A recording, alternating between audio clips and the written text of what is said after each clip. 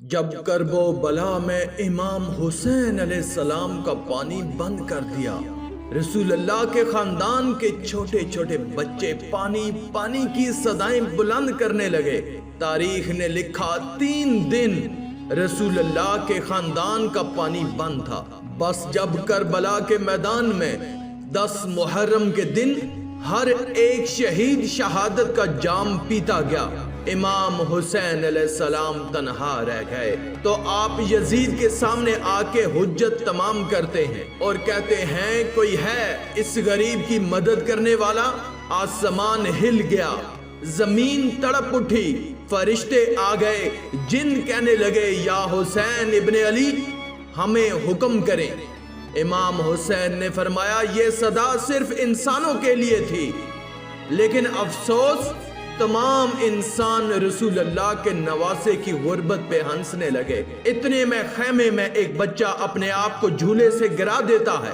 Be be رباب نے امام حسین علیہ السلام کو بلایا اور دست ادب کو جوڑ کر عرض کرنے لگی، نواسائے رسول، جیسے ہی آپ نے کہا کہ ہے کوئی اس غریب کی مدد کرنے والا، آپ کے اس شہزادے علی اصغر نے اپنے آپ کو جھولے سے گرا دیا۔ امام حسین علیہ السلام علی اصغر کا سر چومتے ہیں اور فرماتے ہیں رباب میں اصغر کو پانی پلا کے آتا ہوں۔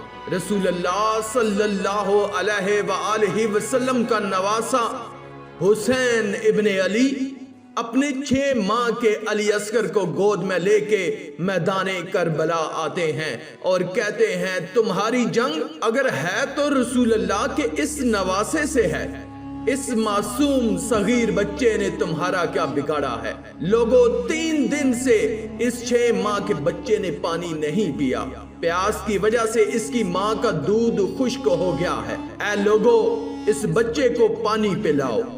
فوج یزید میں سے آواز آئی حسین پانی تم پینا چاہتے ہو اور نام بچے کا لیتے ہو، اگر یہ بچہ خود مانگے گا تو ہم اسے پانی پلائیں گے۔ امام حسین علیہ السلام نے علی اصغر کو بلند کیا اور فرمانے لگے اصغر مانگ، اپنی نانا کی امت سے پانی مانگو۔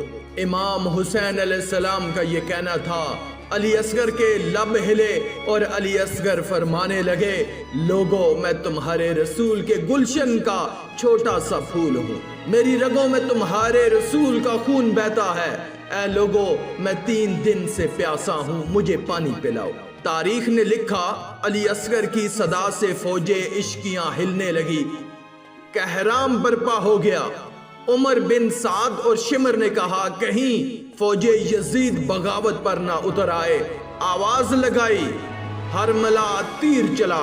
ہرملا کے پاس جو تیر جانوروں کے شکار کے لیے تھا، تاریخ نے لکھا علی اصغر کا نشانہ لیا اور تیر چلا دیا۔ اس تیر کی 3 نوکیں تھیں، ایک نوک علی اصغر کی کمر میں لگی، دوسری نوک اس کے بازو میں لگی اور تیسری نوک علی اصغر کے کان میں لگی۔ تیر اتنا وزنی تھا کہ علی اصغر کو چیر کے امام حسین کے بازو پہ جا لگا۔ تاریخ نے لکھا علی اصغر کے جسم سے خون امام حسین کے ہاتھوں پر آ گرا۔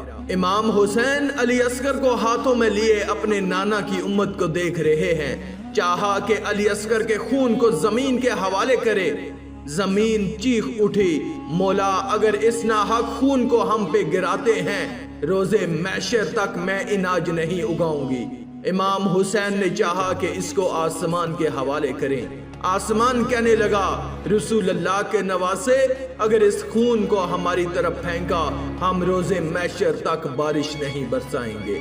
امام حسین نے خون علی اصغر اپنے چہرے پر ملا اور ان ظالموں کی طرف دیکھ کر کہنے لگے اے لوگو روز محشر میں خون علی اصغر اپنے چہرے پہ لے کے آؤں گا اور اللہ کے سامنے سوال کروں گا کہ میرے اصغر کا کیا جرم تھا۔ پھر علی اصغر کی لاش کو بازوؤں میں چھپائے جیسے ہی خیمے میں آئے، بی بی رباب نے رو کے پوچھا اے مولا میرے بچے نے پانی پیا؟ امام حسین علیہ السلام نے علی اصغر کو اپنی باہوں سے ہٹایا۔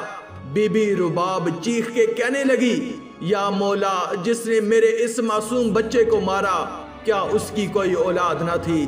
امام حسین علیہ السلام نے فرمایا صبر کرو، اللہ کی مرضی یہ ہے کہ ہم ہر ظلم سہ کے اسلام کے لیے صبر کریں، کیونکہ ہمارے ہی خون سے اللہ کا دین بچنا ہے۔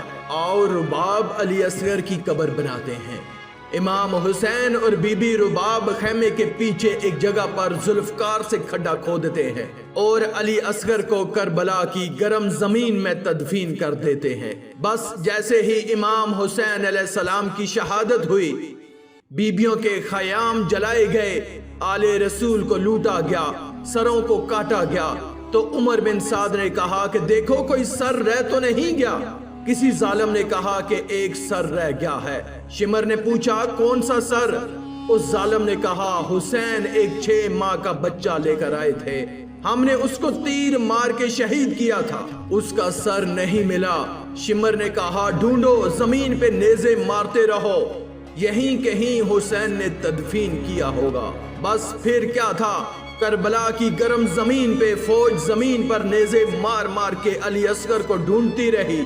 تاریخ نے لکھا ایک جگہ نیزہ لگنا تھا، جیسے ہی نیزہ اوپر آیا علی اصغر کا جسم اس نیزے پر سوار تھا۔ فوج یزید خوشی سے جھوم رہی تھی اور وہاں ایک ماں نے اپنے بچے کو نیزے کی نوک پر دیکھا، مدینے کی طرف منہ کر کے کہا یا رسول اللہ، دیکھیے آپ کی امت نے ہمارے ساتھ کیا ظلم کیا ہے۔